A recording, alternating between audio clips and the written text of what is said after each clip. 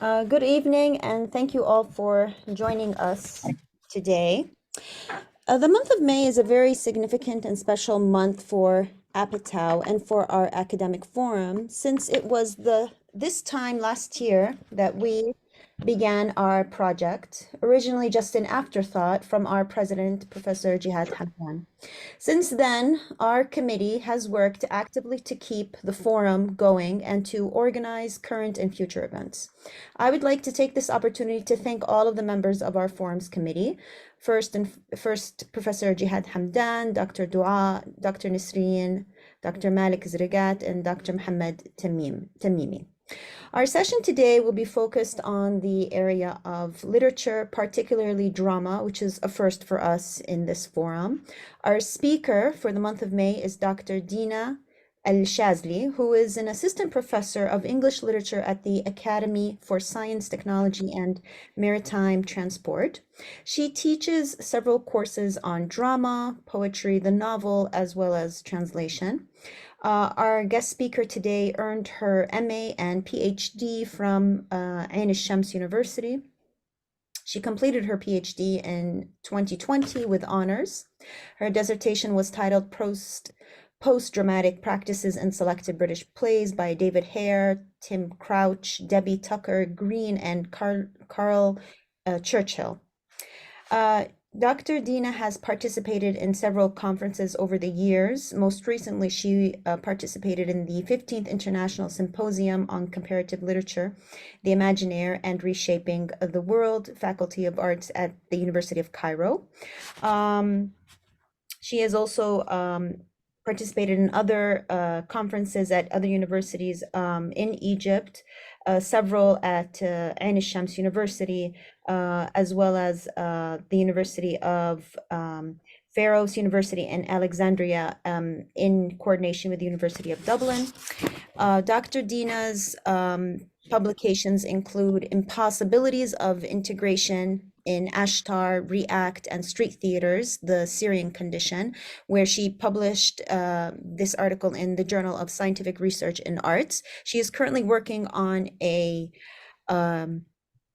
new research paper titled Transhumanist Normativity, Insight into the Performing Self Amid the COVID-19 Pandemic. Dr. Deena is a member of several associations, including ICLA.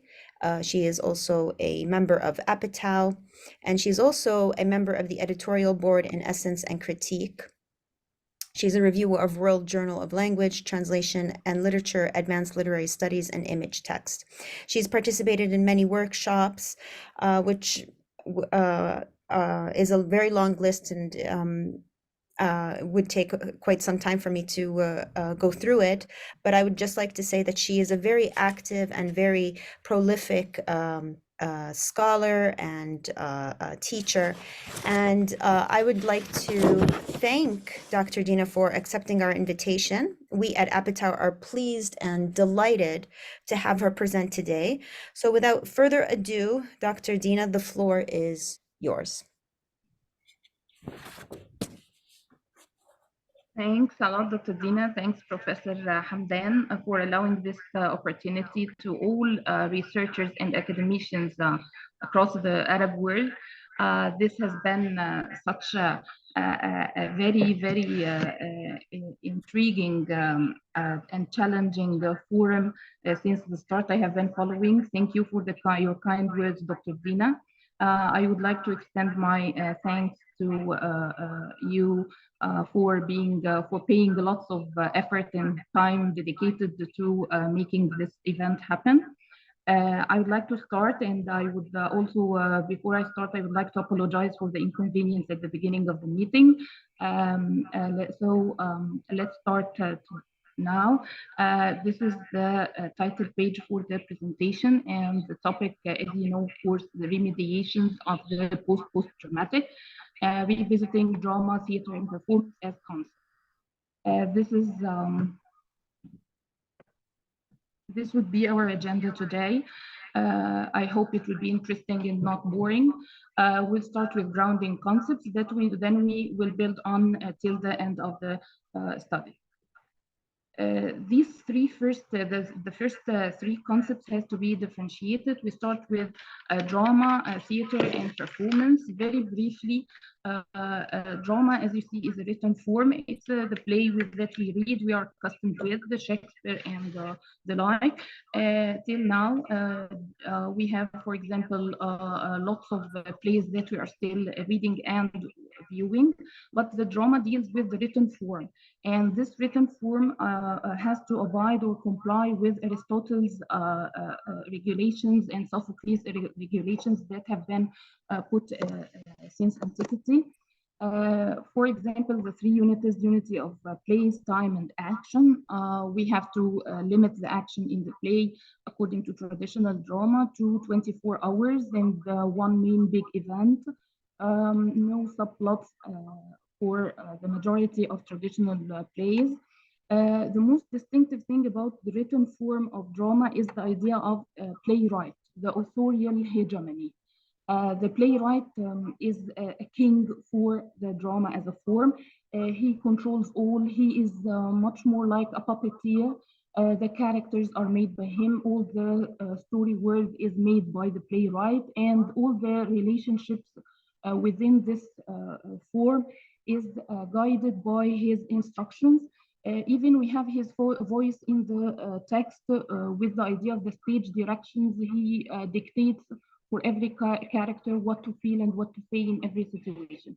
So this form of drama provides the audience or the readers more accurately with closed words, with fixed meanings. By the end of the play, we have an answer for all the questions we had from the beginning. Moving to theater, this is putting the play on stage. And in fact, theater had been all the time in a middle space because it's not affected by the play, not affected by the performance. It's a physical form that builds on relationships among the members of the crew or the staff, the production process. And here we have the director is the star rather than the playwright.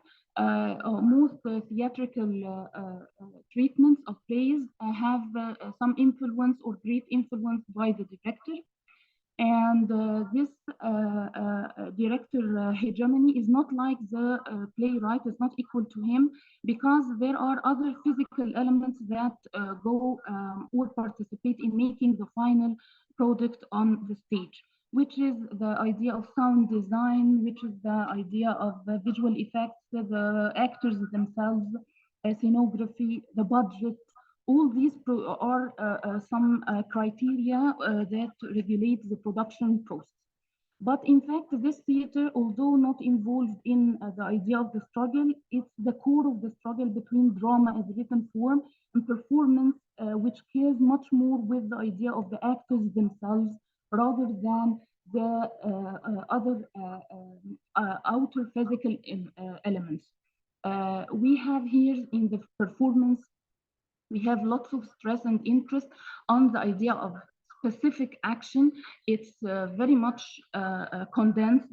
It doesn't, of course, cover the range of 24 hours, and it reverses the dichotomy.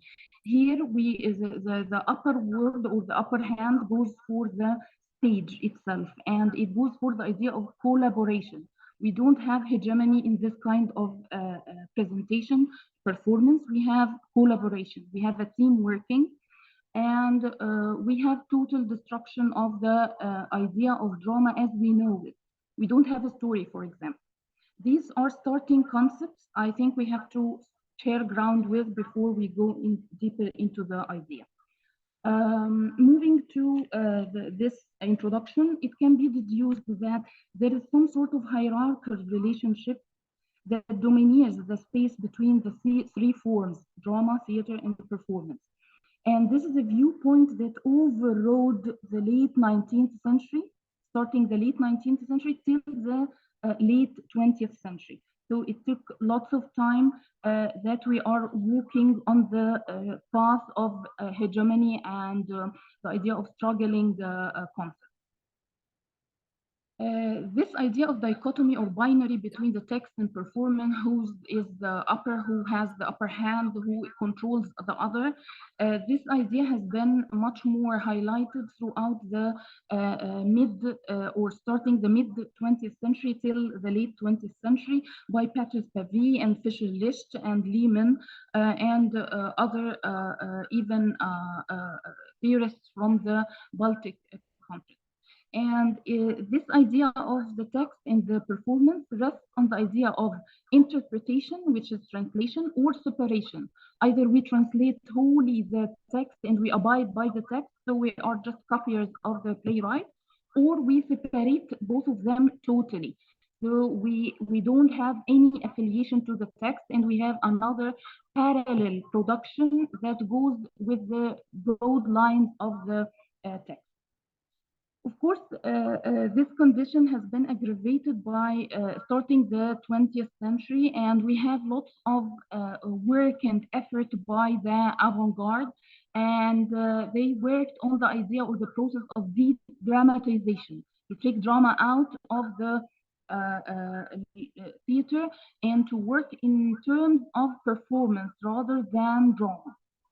And these efforts that went through the first half of the 20th century, they were brought together into Hans P. Lehmann's great book in 1999, which is called Post-Dramatic.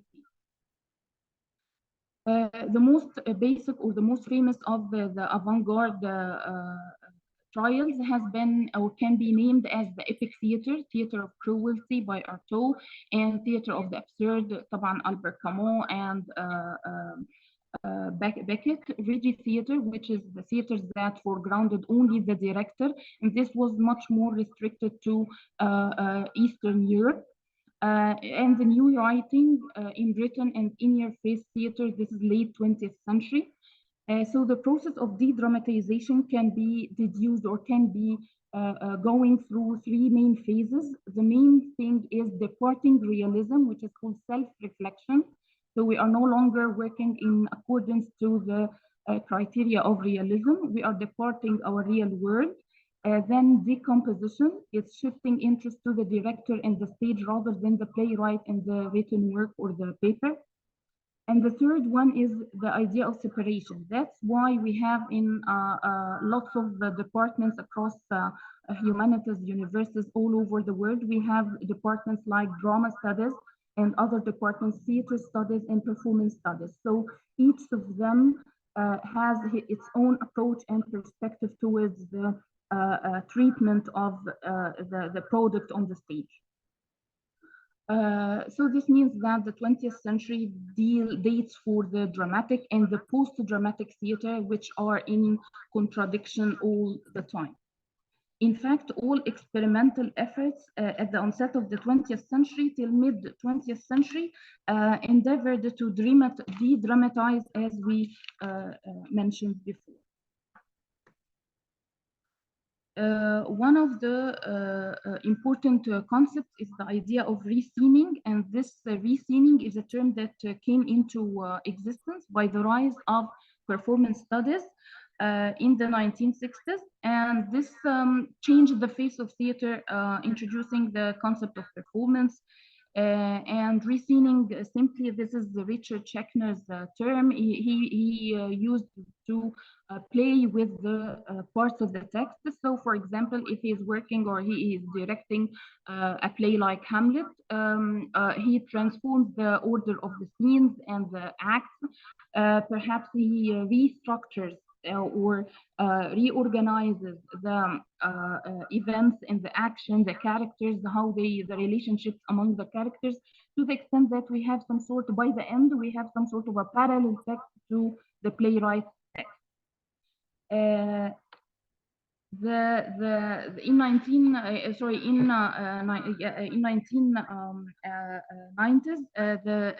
we have Alex Years introduced the term in-your-face theater and the new writing, which denotes the rise of inexperienced young playwrights, and this was somehow very much restricted to the British theater or the British stage. And unfortunately, this kind of theater introduced lots of obscenities on stage, nudity, and it works only on the idea of shocking the audience. And that's why it's called In Your Face. Then Patrice Pavie in 2009 introduced the term post-dramatic, and he used this term simply to denote the return of the playwright, that we are no longer ignoring the presence of the playwright. No, the playwright is on the stage with us, and he announces that the return of the text is there with lots of collateral changes in role and position of members of the production process. So the playwright has a new role together with other parties in the production process of theater. A coming together of text and movement, text and performance in one form. This came to be the post-dramatic. And this means that the post-dramatic is complementary form that brings together characteristics of dramatic theater or drama, traditional drama, and performance. So we can pin down some characteristics of both.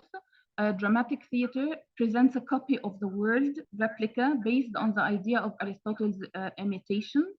And that's why it's called, or it's considered by many critics that it's autocratic rather than democratic, because it presents one mainstream idea. We have a wholly fictional experience, we have solutions, and the audience are relieved by the end. Of course, drama works linearly, chronologically. Even when we have flashbacks or stops in time, we are working chronologically. We are not setting the time backwards. On the other side, we have post-dramatic. The post-dramatic. We drop down the structure of time. We don't abide by time, and we restrict ourselves to the moment. We have no story at all. We are celebrating the moment for ground status, no change on stage happening, and it inhibits meaning. A very clear or a very near idea of these characteristics can be foreseen in works of Samuel Beckett, especially Waiting for Godot.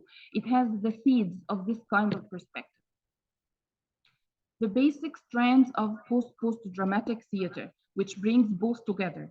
We have the first thing, the resurgence of political theater, the return of the playwright with a new type of text, ethical spectatorship, and new playwriting language style.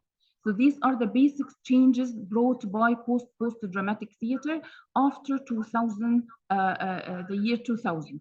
Of course, critics gave the term retrospectively. So we have a research problem here that we are extending, some critics are extending the new writing in Britain to involve an experiment of the post-millennial, which is not right, because due to the rise of technology, digital technology and the like, Facebook and Instagram, we have no trust, we have no longer trust in the document itself, because as we know, of course, all documents can be fringed or forged, or can be changed using editing and Photoshop. The audience in dramatic theater are either educated, dealt with as immature, or offended. They are dealt with obscenity and nudity aggressively in post-dramatic theater. And the ethical turn by the third millennium. These are the most important things concerning post-dramatic.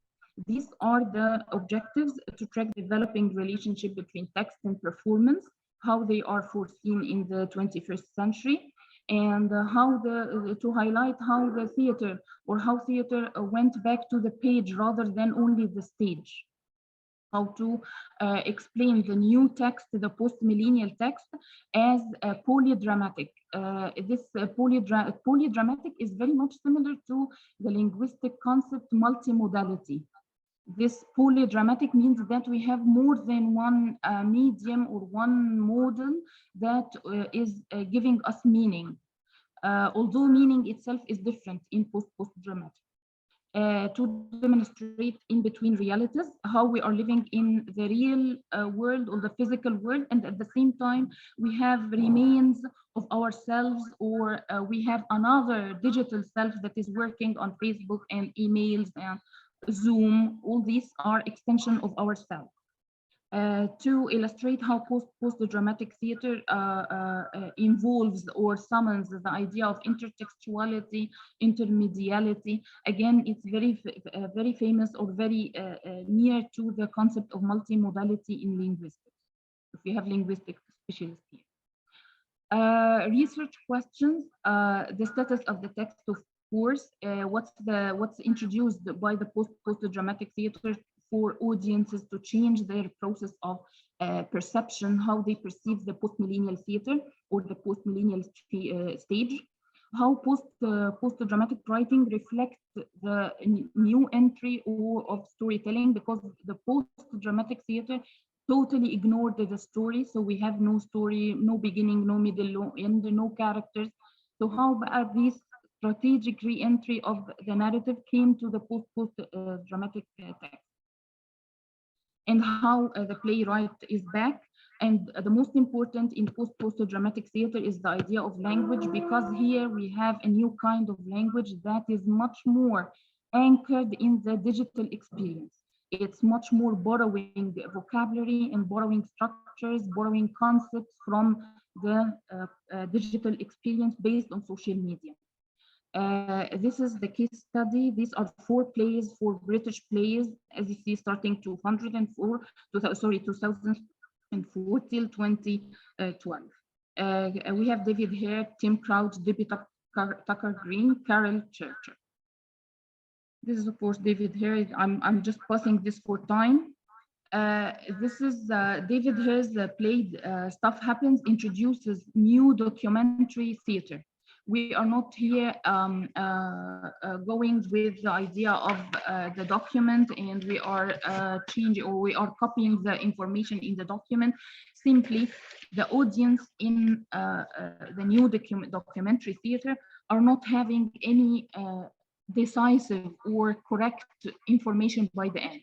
They can never claim that, oh, yes, we know what happened, because a new documentary introduced multiple perspectives of the same thing. For example, Stuff Happens is about the war in Iraq in 2003. Throughout the play, we have no one document. None of the documents are exposed in the play. Together with another idea that parts of the meetings we have, because it's a political play, we have meetings of the US cabinet, we have parts of them as is, real. But at the same time, at the end of the meeting, we have some sort of distortion of this reality. So by the end, we don't know whether this really happened or not. And this reminds me of Jean Baudrillard, Gulf War didn't take place, 1991. This play introduces the idea of media perspectives, how we as viewers see what media wants us to see, part of what's happening. And at the same time, David Hare introduced what he calls interventions. So besides the real parts in the play, we have imaginary parts that are woven by the playwright himself. Of course, this is a counter narrative to the mainstream one concerning the axis of evil and the so. This is a counter narrative to what the media introduced to us. These are the strategies, or the most famous strategies used in the play by David Hare. Diegetic narration, he's all the time concerning the audience, narrating to the audience, but using 2 performers that are not involved in the play. Their role is only to narrate to the audience, and parts of what they are narrating is based on documents and real. It's exact, but we have something like a play within the play. All the meetings of the US cabinet and the president all these meetings and the UN meetings, they are all inside a play within a play. So we have two levels of happenings. We have the first level concerning the reality that people are going to a theater and they are in the auditorium listening to an actor telling them about the story. Then the actor announces the characters on stage, introduces them to the audience, and none of these characters, fictional characters, اللي هم representing the US cabinet, they never talk to the audience. So in this play, we have some sort of hypersurface. Hypersurface is some sort of many timescapes that are interplaying together. So by the end, or not by the end, throughout reading, we don't really know which is real, which is media, which is hyper real. So we are all the time, we are moving with the document or moving with reality that is presented in Stuff Happens. And this is what David Hare calls interventions. And of course, this is related to the post-truth era. Moving to the second case, which is by Tim Crouch. He's one of the most challenging and most pioneering playwrights in Britain nowadays. This is just let us have just a look on this.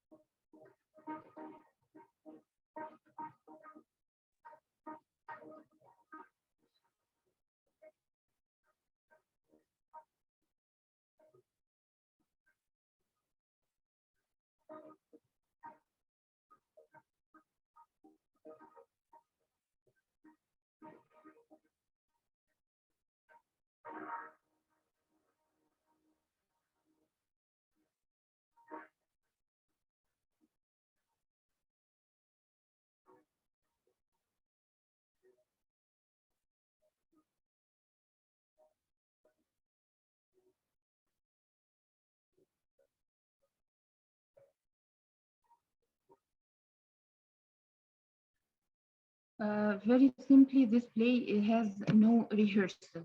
An oak tree has no rehearsal, and it has Tim Crouch as the main actor. He is the playwright, he is the main actor, and he is the director of the play. And he is on stage. He is the only one who has access to the text. He invites one of the audience to the stage before the show starts, 20 minutes before the show starts. And he all the time gives instructions how for this actor what to do on stage. Of course, this idea of authorship is new and it's post-millennial. And it sums up all the aggression that was directed to the playwright in theater. Anti-intentionalist calls, these are deploying or these are ignoring the role of the playwright, wants to dispel or dismantle the playwright of his authority on the text. Of course, we know all of them. We know the intentional fallacy, Roland Barthes' Death of the Author, and Michel Foucault, The Author's Function. All of them, they are talking of the separation between the author and his text, and that the text is an independent system or an independent creation that has nothing to do with the author.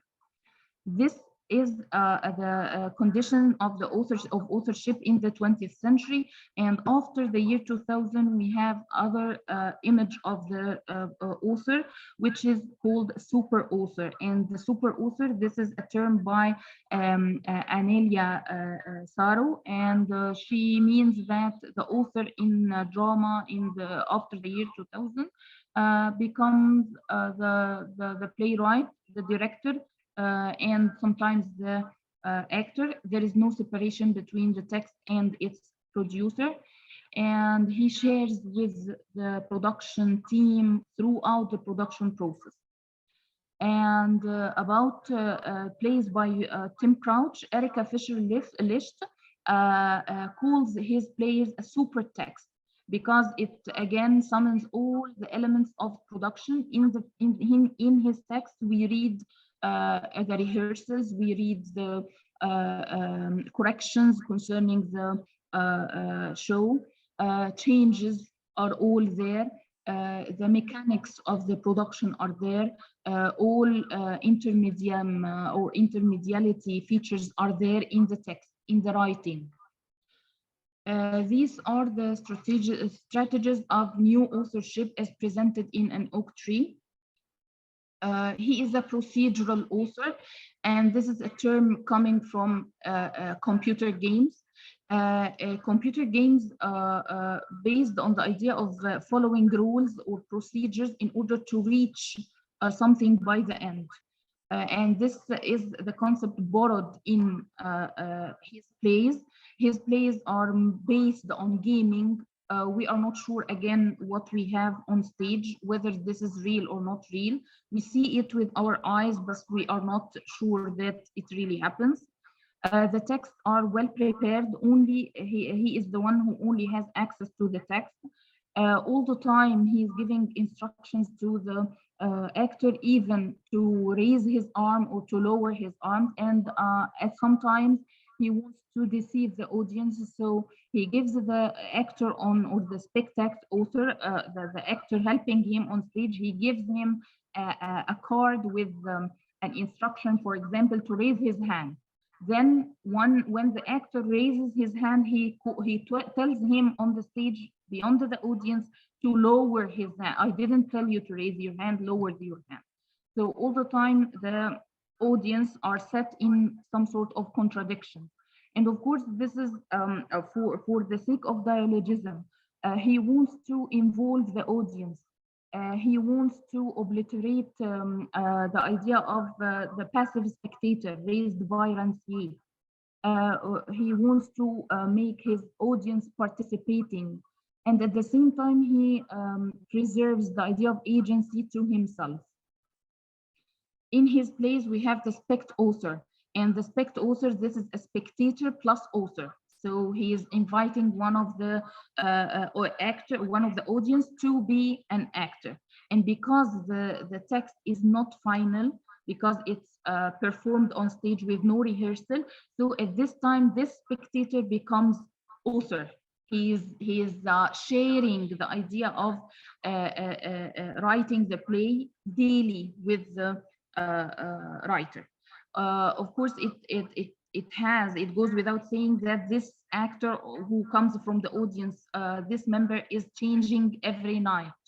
So again, this is complying wholly with the condition or the definition of performance, which says, or which limits the idea of action on stage to a specific time and specific place.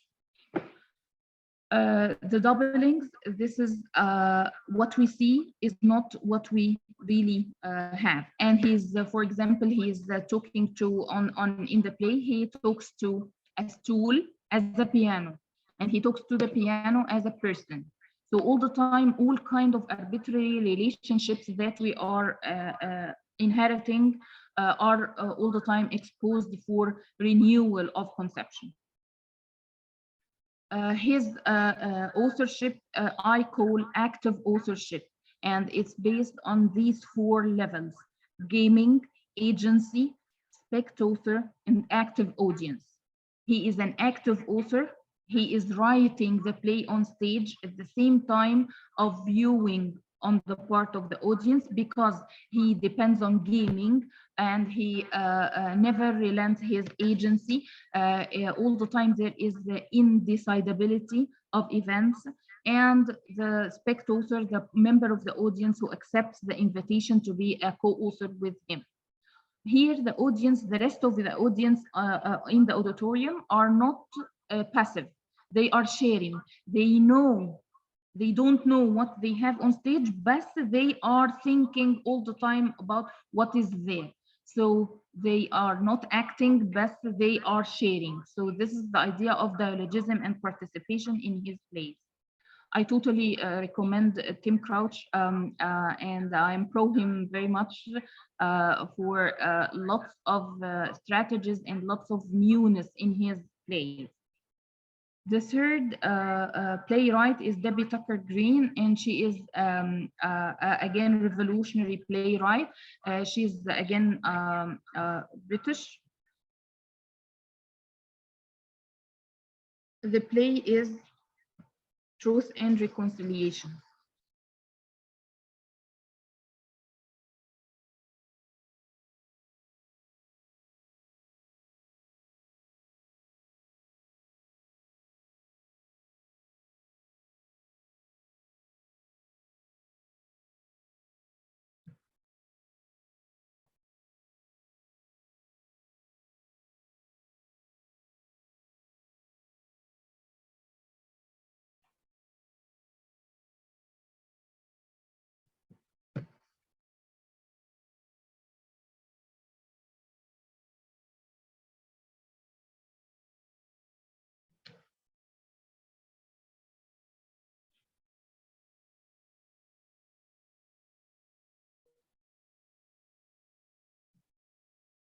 The third strand of post-dramatic theater is ethical spectatorship.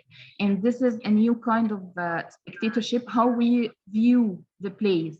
Dramatic theater, audiences in dramatic theater are viewing the plays for largely for either amusement or for sympathy. And in post-dramatic theater, the audience are hurt. But in post-dramatic, they are called into action. They have to claim responsibility to what's happening. Of course, this concept came into existence with the drastic and with the appalling conditions that opened the third millennium. Wars and contamination, a lack of resources.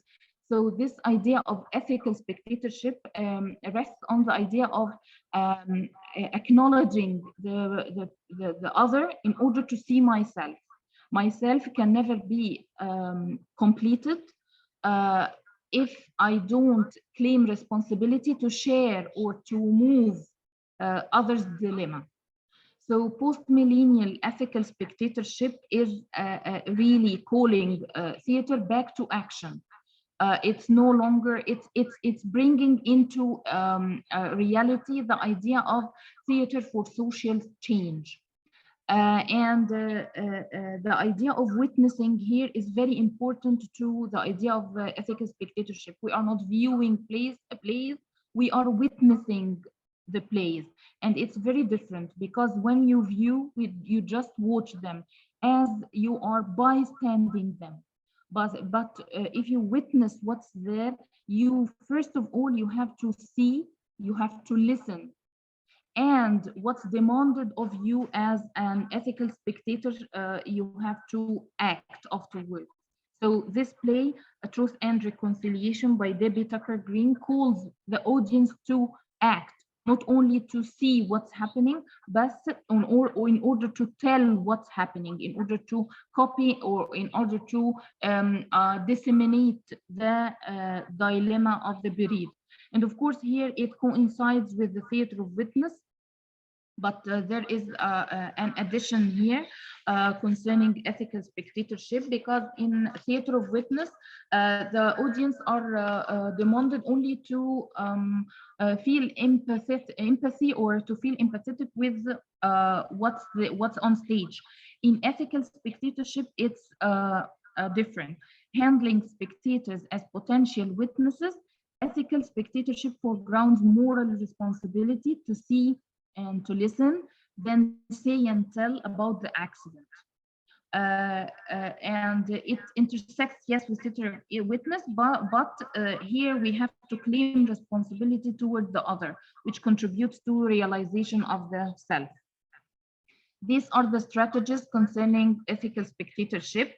One of the most interesting thing concerning this play is the fact that Debbie Tucker Green chose a cozy or a closed room in Royal Theatre upstairs, and it's only for 90 seats. It takes the shape U-shaped, which is very much similar to the court. And there are the witnesses, they are placed in the center, three different chairs. Some chairs are empty throughout the show. Nobody is allowed to sit on, and among the audience's seats, there are seats that have the tag witness.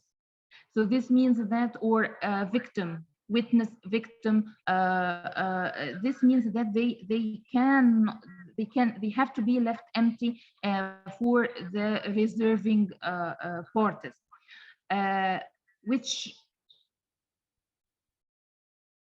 considers, or which contributes to the visceral, the bodily effect of the play. The play has a ground of ashes, a black earth floor, and some parts you can never tread on because they have the title Sacred Ashes of the Victims. This goes with the idea of suffering all over the world, again, owing to the conditions in the 21st century. The last thing is Carol Churchill. Of course, it's renowned, and this is the last play. It's Love and Information. Let's have a small clip.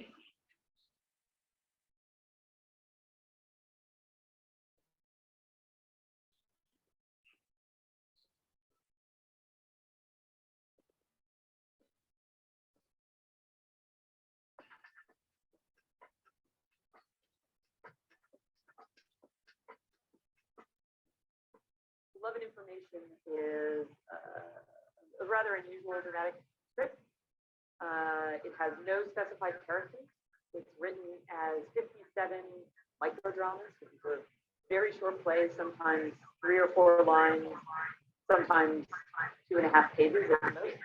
No characters carry over from one of these little plays to another, and they're loosely grouped according to theme. None of the characters are specified, so all of the characters that the students and I have created are drawn from the text, which is certainly suggestive of who these people are. But they can be any age, they can be any race, they can be any ethnicity. But all of the plays, what they all have in common is that they all are ruminations on love and intimacy in an age of digital technology. So basically, what have media, social media, the internet, digital communications, mobile phones done to the way in which we relate to one another. There's no phone signal, is there? You have to go to town. There's not probably going to be a lot of conventional theater or conventional theatrical experience in this show. The play itself is structured, I think, in the way that it is because it mimics much of the way that our current communications function. So think of a text message instead of a handwritten letter, a brief phone call or a quick email instead of an extended, coffee over lunch, right? So you're getting these little snapshots of life in digital culture. Theater is a living art form. If it's not changing and responding to audiences at each age, then it just becomes a kind of dead artifact. This fourth play makes it very clear for the language styles, post-millennial language styles. In this play, we know that we are all the time connected. At the same time, we are disconnected. Due to the overwhelming social media, verbal communication has been downsized in role and efficacy. Language then highlights incommunicability, that the metaphor of telegraphic language of expressionist and absurdist theaters came true. This play again anchors the iGens. The iGens are the post-millennials. They are given this name because they are totally involved in digitality. They are or they see that the virtual is more freeing to them rather than the prescriptive verbal, and this means that in social media there are no restrictions to spellings among the common طبعا. There are no restriction for spelling, there are no restriction for grammar, but the verbal language has lots of prescriptions. We have grammatical rules. We have, for example, if we are writing, we have capitalization, commas. All this is dropped in the social media. That's why the new teenagers believe that this is liberating to them rather than what's dictating from the verbal. And again, to the idea of the connection and disconnection, we have the idea of post-human subjectivity. And this means that nowadays, all of us, even not the teenager necessarily, even we have some certain sort of existence outside the physical world. All of us have accounts on Facebook, Instagram, TikToks, and we have other lives there. So this is some sort of another self. And again, in social media, all of us feel that we are powerful, and we are not intimidated that much. If we are not doing some videos, we are not influencers, so we are not intimidated. We are just leaving a comment or posting some news, and that's it. So this is what's meant by post-human subjectivity, and simply this play foregrounds all these concepts. And that's why the writing here, the magic in this play is the idea of Churchill's writing. She was very, very excellent at copying the digital connection and disconnection. We don't have acts. There are no divisions of the scenes. We have only titles for the scenes. We have no speakers. We don't have A says so, B says so. We have lines, a group of lines, and there are no separation or separating spaces among the lines. So it's the role of the audience or the role of the reader to read the line and decide where it stops. There are no, by the way, punctuation, no commas, no alphabet, sorry, no capitals. So it's all the role of the reader to understand what's written according to his own interpretation. And that this is the concept of new devising, to the extent that one of the dramaturg working on one of the adaptations of the play, she was very free and she feels very liberated when she was able to restructure the scenes itself and restructure the presence of the actors on stage. It's all by your choice. In other words, this is adaptability or customization of the digital media. As we, for example, I choose my email theme to be, for example, nature, and you choose it to be flowers, for example, or weather, whatever. So this idea of adaptability or customization is brought into the text. This appears in the strategies rhizome-like structure, a non-authorial dialogue. There is no presence of the author throughout. The play can be read from any place, from the first page, from the middle page, from the last. It has nothing to do with this, with the understanding of the play. Windowed style, it's very similar to the windows on the desktop. You can open more than one tab and more than one window at the same time. So you can start reading page 10 and stop here, then go to page 20, and nothing goes with your interpretation, nothing goes with the sequence or the line of thought. It's all right. There is lots of body as text in the play. In the play, it appears the idea of the body as the inscriptor of the past or the future. For example, one of the scenes, a husband is suffering dementia, and he is all the time reminded by his wife of her by some sort of strawberry inscription on his arm. So the body is one of the most important factors also in this play. Throughout the play, we have no characters. We have undetermined number. You can, as a director, you can add more actors or just make them lesser. No background, no gender, meaning that the play, if performed by a group of teenagers, it will be totally different experience as received by audience than from, for example, a group of elders or a group of oldies performed it. This is the last thing. The post-dramatic theater practice in Britain would work best for Arab theaters. I think my own viewpoint that this kind of theater would be very nourishing to our Arabic theaters because, of course, we are still abiding by some of the, or many of the rules of closed theaters or close the stage, even if we are borrowing some of Brecht's ideas in, for example, many of Muhammad Subhi theaters, but at the same time, we are not liberated. So I think this kind of theater would be very much helpful for a renaissance in Arab theater. Of course, by the end, I hope that we all agree that it's no longer page stage as binary, or it's much more page dash stage as dialogic. They are give and take with each other. There is some sort of reciprocal relationship going from here to there. Of course, they can never be separated. Writing is no longer a completed pre-stage activity, but the author has to go with the production till the end.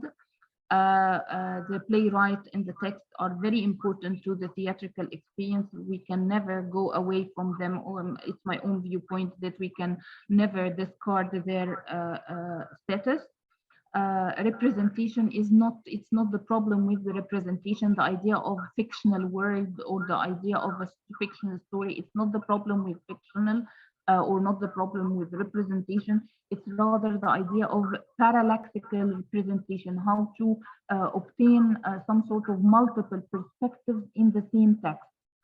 Witnessing replaces catharsis, and this is very important to our catastrophic present, where we have lots of problems concerning all that goes all over the globe. They are transnational rather than they are local, especially environmental problems. Prospect of bridging the gap between drama and performance studies through post-dramatic reconciliatory strategies. In the virtual distorts performance of the real. The present overflows into the future. Unfortunately, we are not living the real as real. We are living the virtual and some parts of the real. We are living in the virtual. We are not living in the real. I hope now I'm done, and I hope that it wouldn't have been some boring time for you. Thank you. Thank you very much, Dr. Dina. We are going to receive questions, and I'm going to try to okay. Can you, Doctor, can you remove your... Sorry? Can you remove your presentation? Okay, there we go. So we're going to wait for a few minutes and see if any of the audience members has any questions. Sure. And if you do have a question, please raise your hand so that we can, so we know who does have a question. I have a question. If in the meantime, we can collect questions from the other members. My question is, the play is the thing, as Shakespeare says through Hamlet. It seems to some critics that drama was hijacked by literature. My question is, to what extent do you believe that drama should be part of the performing arts? And to what extent should one work in collaboration with performing arts? What do you think about that? Thanks for this question. It really simplifies lots of what I have just discussed. In fact, yes, I do agree that it was hijacked by literature because it turned into a totally literary or a totally written closed form. And this, of course, drops lots of the magnificence and the magic concerning drama. At the same time, I can never go for letting drama wholly into the performing studies group or the performing arts group, because again, we are back to the dichotomy. So I think that we have to bring both together. It's theater studies rather than drama studies or performance studies. So bringing them together, you have to study the text and you have to read the language to feel the words. At the same time, you have to put this on stage, or else it would be, in either case, it would be just half of the experiment. Yeah. So a collaboration is inevitable. There has to be a collaboration between these two disciplines. Yeah. We have somebody who has their hand raised. We have Murad, and then we have Dr. Dua. So can we first take Murad's question? Murad? Hello, everybody. Hello. Well, this is Radwan Shloor, actually, not Murad, actually. It is? Your It's name? Radwan Shloor. Radwan Shloor. Oh, okay. Well, actually, I would like, first of all, to make some kind of an apology because I missed out on some of the major points in the presentation. But I should say, first of all, that it's really a great presentation. Thank you very much, Dr. Dina. I did really enjoy actually taking part in this great presentation, actually. Well, to be honest with you, I just when you talked about the short theater, actually, it immediately brought to mind, actually, Beckett's Waiting for Godot and Harold Pinter's The Dumbwaiter. Now, I should say that when you talked about the actor actually talking to the stool, it just brought to me, came across my mind, actually, the idea that the dialogue and the conversation that takes place between the two major characters in Harold Pinter's The Dumbwaiter, Gus and Ben, who would simply say, keep talking to each other in a way that is mostly nonsensical, actually, because one of them would ask the other to put the kettle on fire, but instead he would say, we'll go and put the fire on kettle. So there's this kind of nonsense, I'm sorry, that takes place all the time through the play. And when we were talking about the author, or whatever you like to call him, when you talk about the author talking to the audience and inviting them to take part in the play itself, this actually brings to mind the idea of the bearing the device, which was really voguish in the 20th century. And there's also this idea of, well, I must say that I'm just missing quite a lot on things that I wanted to talk about, actually. But when it comes to the author and the text, the idea of the super author and the idea of the super text. This is my own idea, by the way. You might be you might object to it, but I just want to say it. I would say, by the way, I'm a poet. I write English poetry. But when it came to the point of the super author, this actually kind of made me stop for a while to say something that, from my own experience as a poet, actually, I would say that the author, whoever it is, has nothing to do with the, I mean, he's not supposed to get the credit for what he writes, because I believe that the author is just a medium or a vehicle for certain inspirations that are out there, actually, and the author is just some kind of a medium or a vehicle that translates these inspirations into written words or whatever you like to say about them. So I would say that, excuse me, there's nothing like a super author. It's just somebody who's just endowed with that kind of faculty or skills or aptitude for just translating inspirations into words.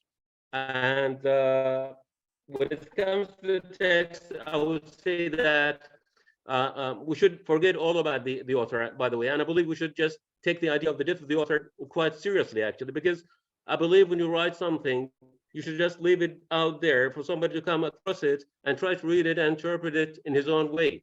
So for myself as a writer, actually, and a poet, whenever I write something, actually, I just tell my friends, "Oh, come on, guys! I'm not the one to take the credit for what I write, because it's just that I'm a little bit kind of different from you in a way that just the things come across my mind and I change them into words." So I would like to say that, to be honest with you, I would like also to allude to the idea of the autonomy of the reader, actually. So I'm for the idea of the death of author, but I'm for the idea of reviving the reader, actually, and giving the reader more latitude and more freedom to approach the text in a way that he finds most suitable for his own, for himself, actually. So I would say that once we have a text, just let it go. I mean, not let it go, but I just would like to say that you write something and you just should be divorced from what you write, actually. You should just say to yourself, well, I believe I just have given birth to this kind of new baby, and it's not my right to force others to like it in a certain way or not, actually, because you can just write things and let others just come across what you write and say, well, this is something that I find I can identify with, or I can just read in a way that can amuse me, actually, and can enlighten me about something that I wanted beforehand to be enlightened about. So the point I would like to make here is that nobody should get the credit for what they write, because it is just a matter of being just, you are just an ordinary person. It's just what makes a difference, actually, is the fact that you have this kind of faculty where inspirations just come across and you just spill them out, so to speak. So that's all I wanted to say, actually. And I would like to say that's a great presentation indeed. And the guys out there are really so nice, and so just great to be with you guys. Thank you very much. And it's been a pleasure listening to you, Dr. Dina, and Dr. I forgot their name, the moderator. I'm sorry, moderator. Also, Dr. Dina. Both of us are Dinas today. Well, that's good. Well, it's been my pleasure actually talking to you, and I was really glad to follow you as you presented this kind of great piece of, let's say, criticism. Let's say it's a great critique, actually, and I'm glad to be here. Actually, thank you very much, dear. Thanks a lot for this quite inquisitive feedback. It's very, very, very encouraging. The fact that it seems that the multiple attitude of the post-dramatic has not been clear. All this goes with the idea of multiple perspectives. So yes, I totally assure you of the fact that you are right concerning the idea of interpretation, different interpretations, and the authority of the reader. This is, of course, for sure, the authority of the audience. Yes, it's there. And that's why post-dramatic is pushing to liberate the audience. In dramatic literature or in dramatic theater, we have audience who are educated.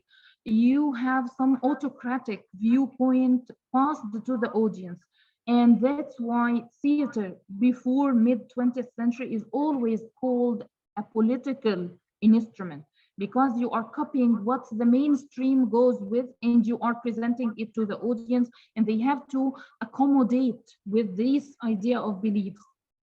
On the other side, we can't claim this. I know this is new criticism problem, and of course new criticism gave a lot of push or shoved the literary arena, but at the same time literary criticism or new criticism itself went back or had some sort of detour when we have the subjective psychological criticism that rose or that expand or that come out of the discipline of subjective or the reader response theory or criticism.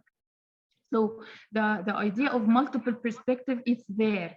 Perhaps Tim Crouch is an extreme condition of the playwright, but this was some sort of alarming to the people that the playwright can go or can embark on a journey with the production scene. What happens before this that we have totally ignored the performing arts or the performance studies, post-dramatic theater, before an idea or before the post-dramatic, we have no presence of the playwright know-how, we have no presence of the text.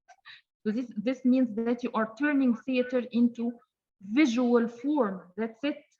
And this is not characteristic of theater, because theater is primarily visual form, but at the same time you have to, it's intermediate, so you have to read, you have to see, you have to listen, you have to feel. And post-dramatic theater goes only with the bodily.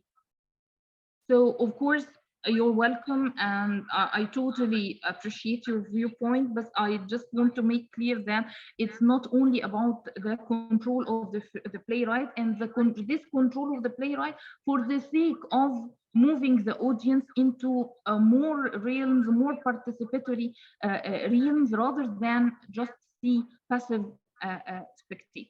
Thank you. Thank you. We have a question from Dr. Dua, and we also have a question from your colleague, Dr. Nival. So let's start with Dr. Dua. We'll take two questions, and then you'll have the floor, Dr. Dina. Dr. Dua. Oh, thank you, Dr. Dina, and the other Dina, the presenter. Well, it was a great. Thank you very much for such a very insightful presentation.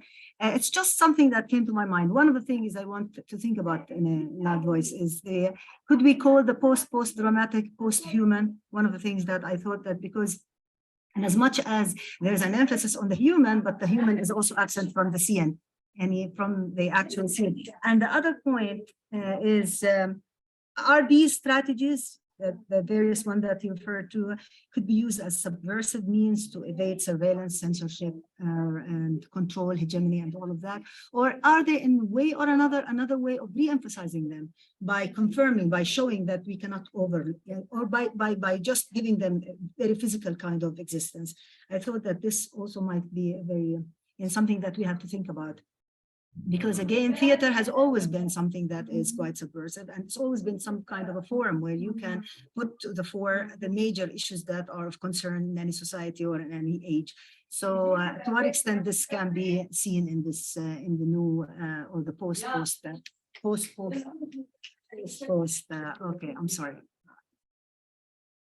Thank you for the illuminative question. You know, I haven't thought of post-dramatic before as post-human, but of course the idea of digitality, this brings us to post-humanism, of course. But I think the interest lies here away, or is away a bit from the interest of post-humanism. But of course, as a treatment, of course, digitality is center stage in post-dramatic. So why not? Perhaps we sometimes would call it post-human, post-dramatic, whatever, I don't know. But I think that yes, it applies post-human digitality. Of course, this is some cornerstone in post-dramatic. Pardon me for the second question. Would you please repeat? Yeah, I'm sorry for that, but there was a lot of noise around, so that's why I was a bit confused. But what I'm trying to say is that you presented some strategies that were used by different kind of dramatists that you presented during your talk. And I was saying that would these strategies be considered as or used as subversive means to evade surveillance, for example, or control or hegemony? Or are they, in a way or another way of confirming or re-emphasizing these kind of strategies, these kind of control? Because, by stating it, by putting it in such a way, it would make it even very difficult to evade. So I was just thinking, what do you think of that? Thank you again. Of course, these strategies are not, of course, prescriptive. They are just insights for what's happening, and they are liberating, of course, from surveillance of the audience and surveillance in at large. At the same time, there must be some other strategies, of course, newer and perhaps more intriguing. But for these case studies, I found only that these are insights for the strategies that are used in the foreplay. Thank you. Thank you. Thank you. We have your colleague, Dr. Nival Nabil, I think from the same university, from the same department. Am I correct? Yes. Yeah. Go ahead, Good Dr. evening, dear. She's my Good boss, evening, dear. head of department. Thank you so much. I would like to thank you, Dr. Dina, for your very informative, illuminative, and comprehensive presentation regarding the different dramatic trends in drama, theater, and performance. I really enjoyed and learned a lot from it. I really appreciate your effort. Actually, I would like to ask a question regarding the role of audience and how is it so important in drama and performance.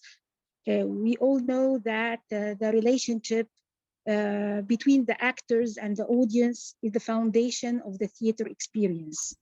And I want to refer here to an important genre in contemporary theater, which is the immersive theater. The immersive theater depends on ensnaring the audience in a new, complex and convincing world. And as you have said, the spectators are no more passive. Instead of witness, they are called into action.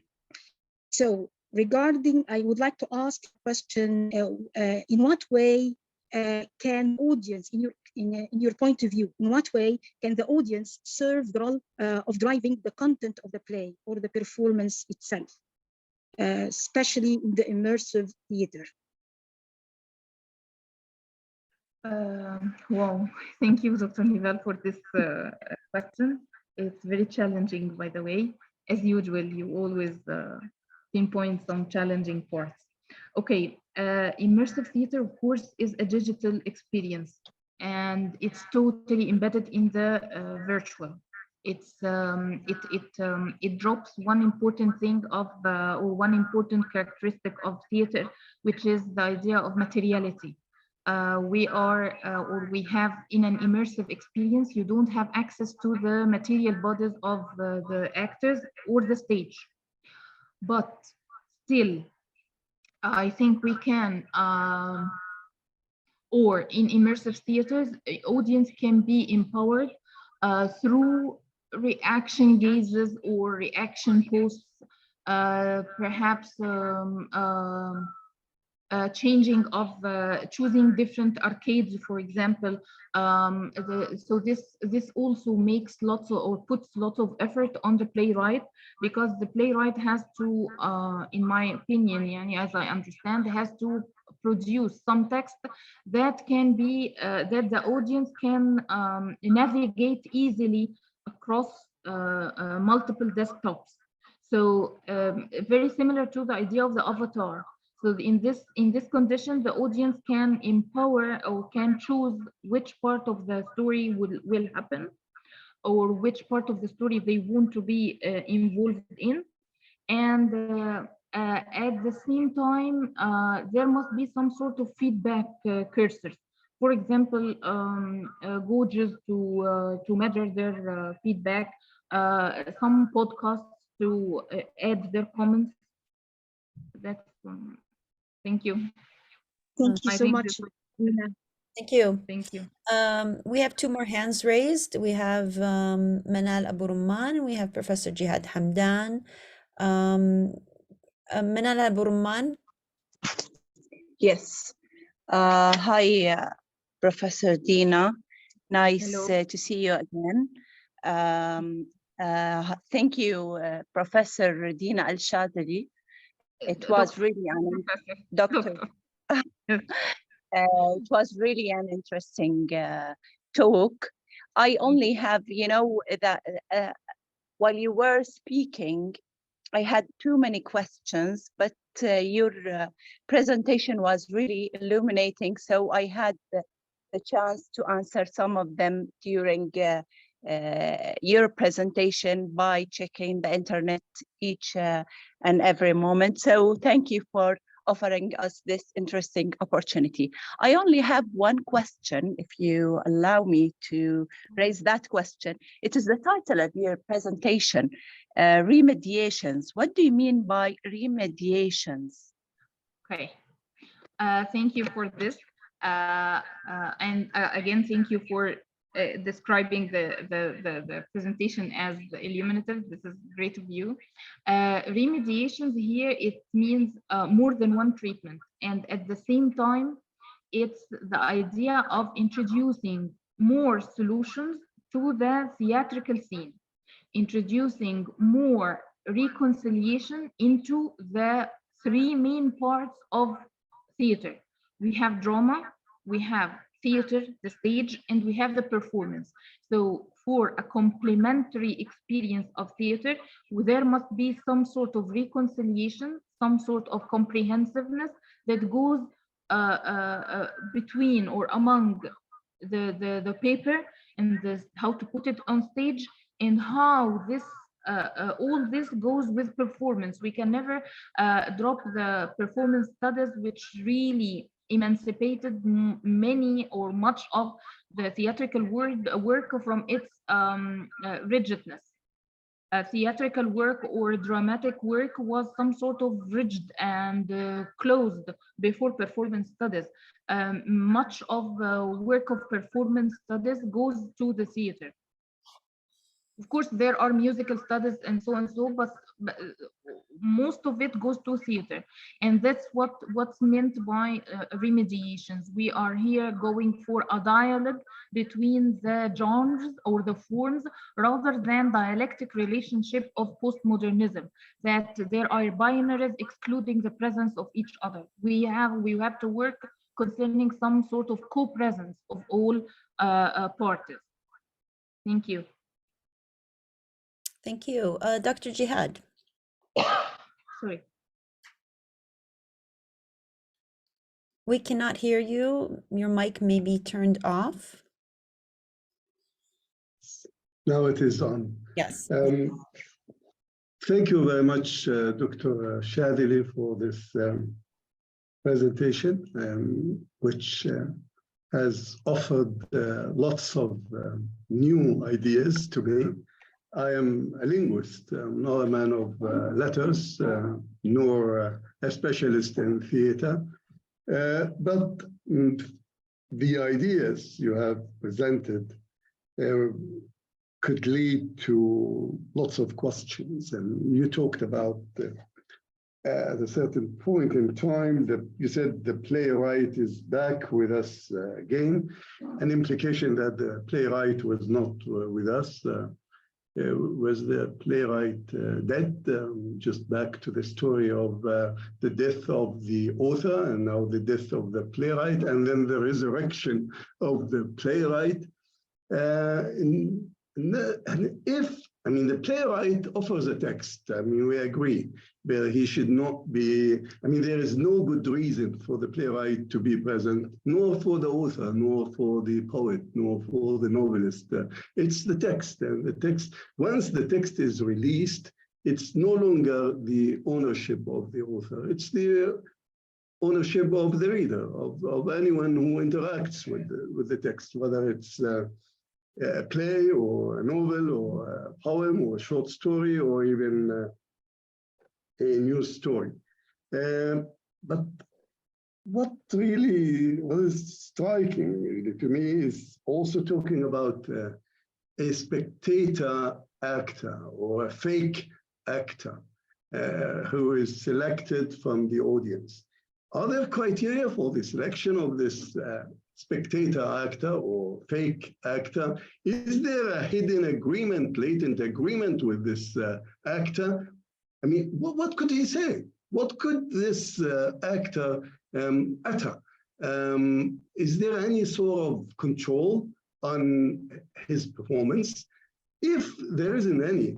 And then one can really jump to some hasty conclusion. I mean, playwright is not important. The actor, professional actor, is not the one who is leading, or the actors, professional actors are not the ones who are leading the performance. And the text is not important, and the text can change. No structure. And once I heard the word hegemony, and then there is no hegemony. Now, if we lose all these things, I mean, if these things are there, now they are there, and now they are not. You see, this is the contradiction. At a certain point in time, I said, oh yeah, everything is there. All requirements are there for the dramatic act. And then I said, no, they are not there. There's nothing there. Now you can see them, now you can't. Is it just moving from lack of hegemony to chaos? Is it a form of chaos? And then after all, what's left for the theater to offer? I mean, performance has rules, but the way it was presented, the way I perceived it, probably not the way it was presented, there are no rules, no constraints.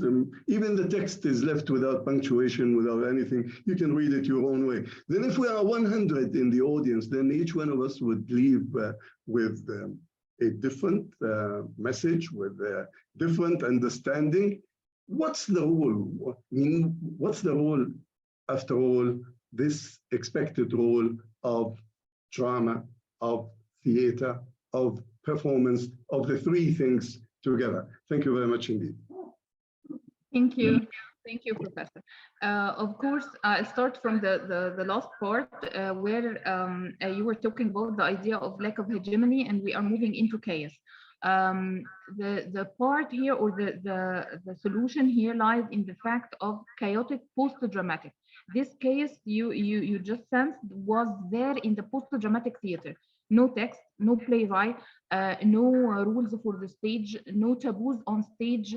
We have sexual scenes on stage. We have nudity. We have even aggressive scenes on stage. Like, for example, an actor back in the 70s, there was a play, or there was a score where an actor was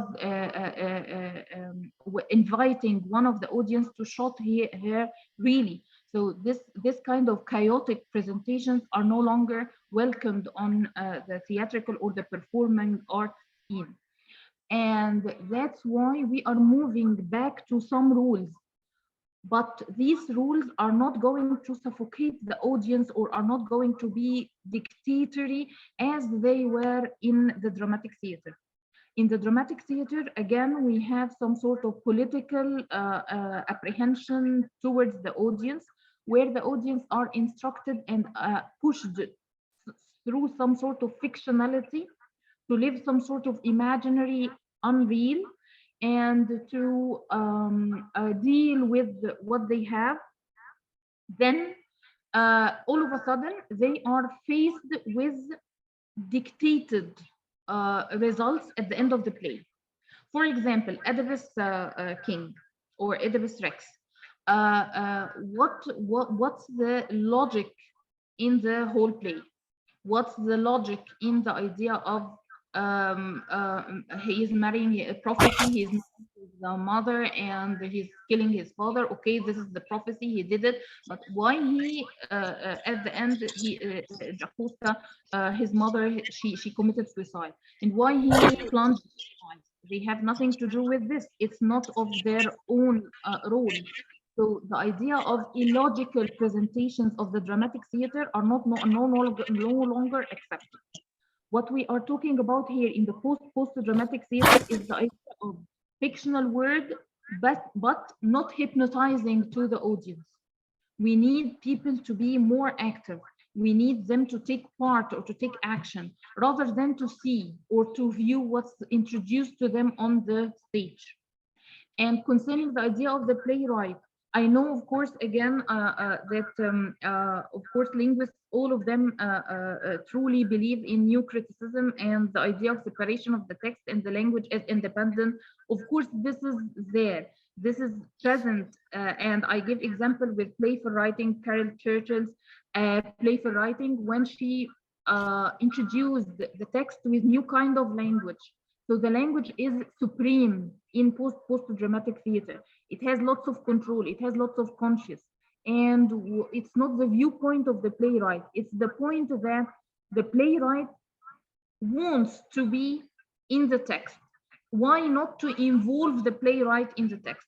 Because of course Roland Barthes and Foucault were very aggressive, in fact, towards the author and the playwright.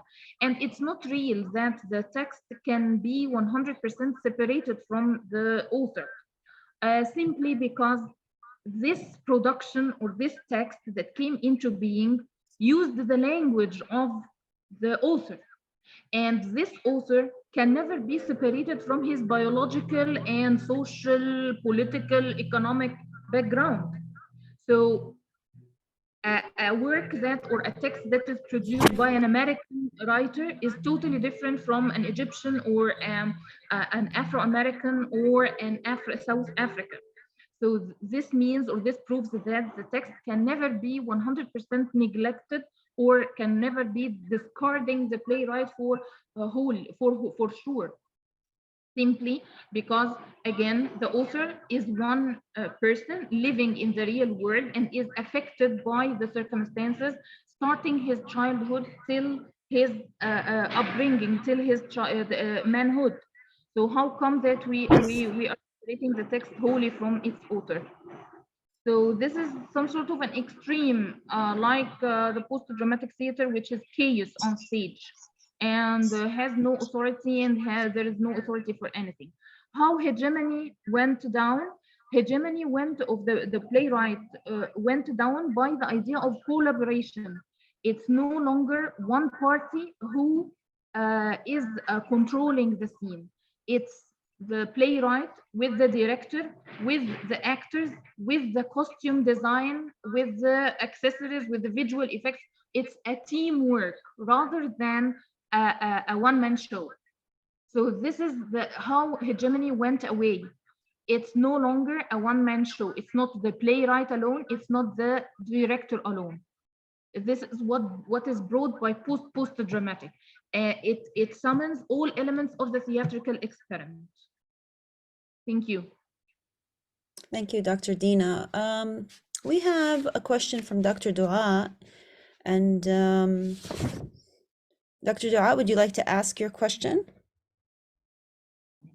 Just a quick comment or a remark, because you were talking about the collaboration between the author and the designer or the actors and all of that. And this brought to my mind Shakespeare in his plays. He was a playwright and he was the writer and he was a shareholder in the whole thing. And he, there was this collaboration. So do you think that this is something new and it was used? And to what extent this is really different? Because he was, so many ways, he was empowering the audience. He was addressing a multi-level kind of audience. He was himself at the same time, the script writer and the playwright and the player. In so many ways, a very versatile kind of existence. So, how would you describe this in relation to what is there? Yeah, go ahead.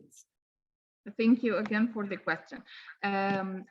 Shakespeare and the modern Renaissance plays are all presenting some fixed viewpoint of the playwright in life, which is not the case in post-dramatic theater. In post-dramatic theater, the playwright is borrowing what's happening there. It's not his own viewpoint. He is presenting what we are living. And in Shakespeare's plays, you will see that Shakespeare has the supreme, or the superiority of language, universality of presentation. This is, of course, definitely, and it's there. But when we come to staging the play, they abide by the text wholly, which is not the case in post-dramatic, because when Shakespeare wrote the text, it's completed. It has its own solution. There is no presence of the audience in this text. But in post-dramatic theater, we have the presence of the audience. When the playwright is doing his text, he knows that there would be another party there. He is not giving them his viewpoint, he is waiting for their reaction. And the spect author, who is the spectator from the audience, this spect author is a landmark for post-dramatic because there are no agreement beforehand, but there are certain regulations by which this spect author or this member of audience would never go on stage. For example, if the story or if the play is about grief and loss, as in Tim Crouch and Oak Tree, the playwright, when he asks the audience member, he tells him that if you have some sort of grief, if you have some sort of losing some dear person, you are not allowed to do this.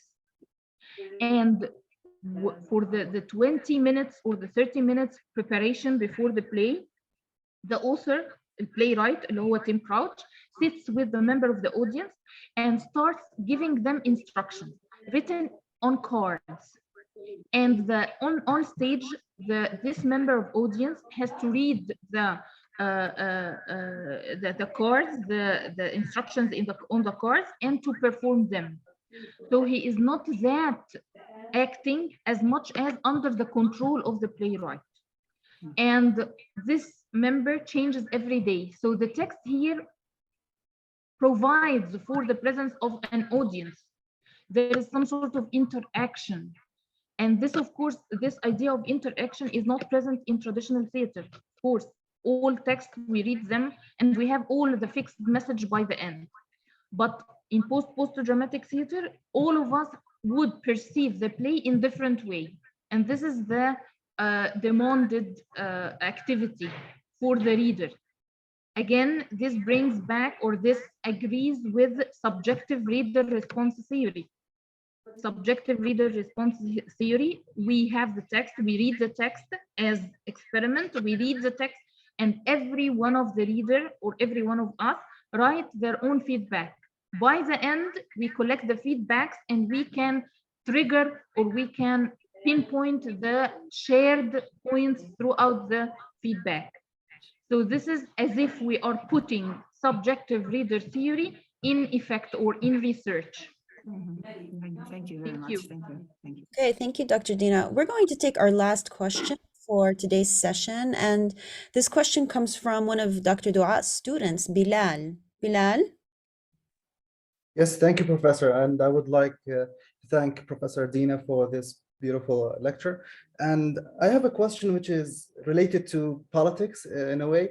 So my question is, to what extent it is related to democracy? Because when I heard like the audience has to do with the scene itself and like it's like a group work. So I had to think about politics and about democracy in specific. Thank you, Bilal, for the question. Of course, I have mentioned that traditional theater or dramatic theater is autocratic because it goes for the superiority or the senior party in this traditional theater is the playwright. Even the text predestines the stage. The stage can never go away from the prescriptions of what's written by the playwright in his text. We are just copying what he wrote to the stage. This is traditional theater or dramatic theater. And that's why it's autocratic. It deploys the viewpoint of only one person, the playwright. But in post-dramatic theater, we have a democratic view based on the idea of collaboration, that all parties in the team or on the team are participating in the making of the text. For example, a political theater of Stuff Happens, David Hare. You will see that if you read more on it, you will see that the production goes like this. Number one, they collect information from documents, real-based documents on the internet, and they read political books. Then the writers or the writer, they have to take notes and search more and more.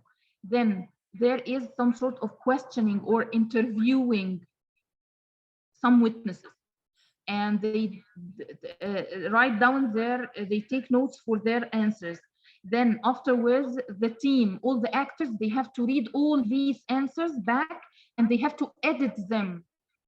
Then this kind of text is being written for the production. So as if the playwright in post-dramatic theater is writing some sort of a framework for the text, just a framework. And on the production, he is involved with other parties on the team to produce this kind of text.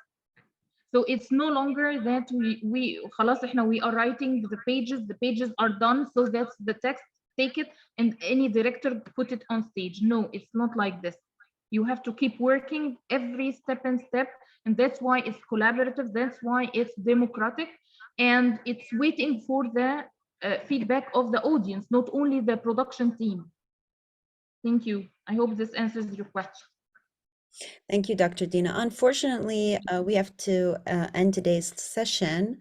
So I would like to thank you for your very rich and thought-provoking talk. I'd also like to thank all of our attendees.